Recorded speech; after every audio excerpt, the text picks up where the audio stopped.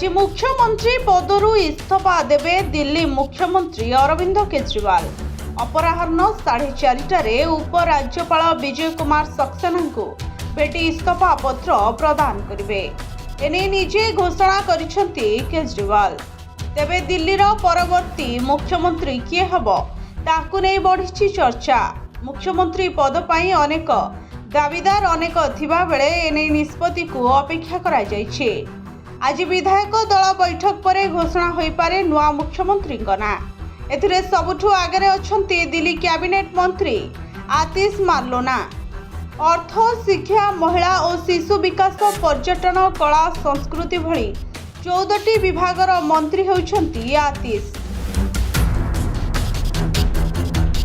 जो समय केजरीवाल जेल में थिले सही समय आप सरकार और उपराज्यपाल विवाद मध्य सक्रिय राजनीति लोकलोचन को आनीथिला। केजरीवाल बेस विश्वस्त आतिश बारंबार सांबादिक सम्मेलन करी केंद्र सरकार और उपराज्यपाल को समालोचना करुथिले।